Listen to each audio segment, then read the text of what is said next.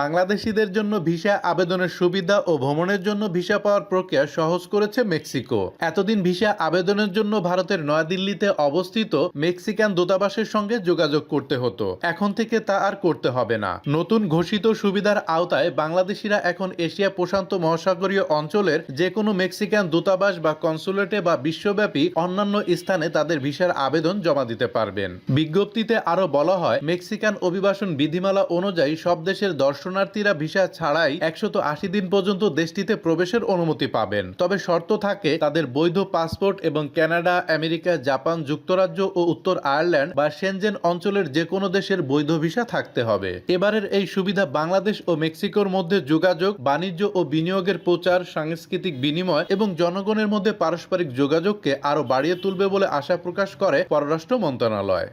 সবসময় update video পেতে আমাদের চ্যানেলটি সাবস্ক্রাইব করে রাখুন।